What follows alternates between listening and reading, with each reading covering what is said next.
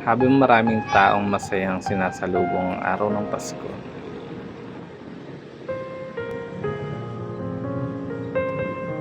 meron namang mga tao ang walang makain o wala man lang maihanda para sa okasyon na ito. Magugulat ka na merong mga pamilya na walang tirahan at makikita mo na lang sa kalye kung saan sila ay nagsasalo-salo.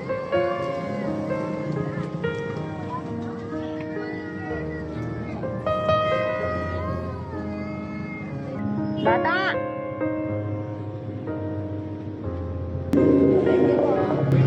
Saan ka nakatira? Merry Christmas!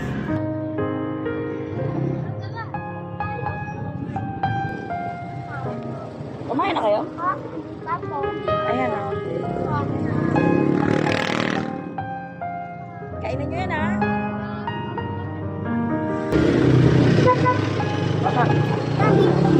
Ayan.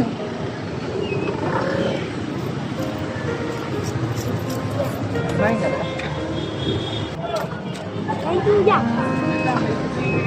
Oh, ayaw mo. Lalagyan pa natin ng laman yan.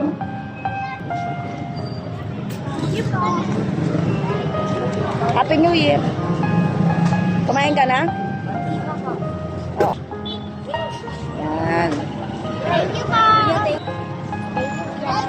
Oh, wait lang. Thank you, kuya. Oh, wait lang. Merry Christmas! Bye-bye! Sa pag-iikot-ikot namin, yung kay tatay, yung istorya na kumirot sa aming puso. Kumakayod siya para sa kanyang pamilya, ngunit sa hindi inaasahang pangyayari, gusto na niyang umuwi, ngunit nasira pa yung kariton niya na kung saan pang-araw-araw niyang ginagamit upang makalikom ng kahit konting halaga upang maiuwi sa kanyang pamilya.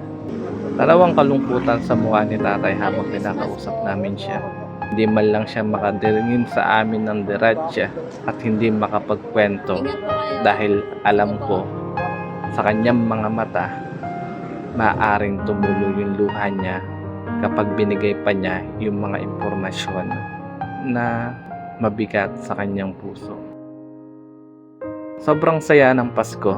Marami sa atin nakakapaghanda ng mga masarap na pagkain kasama ng mga pamilya natin.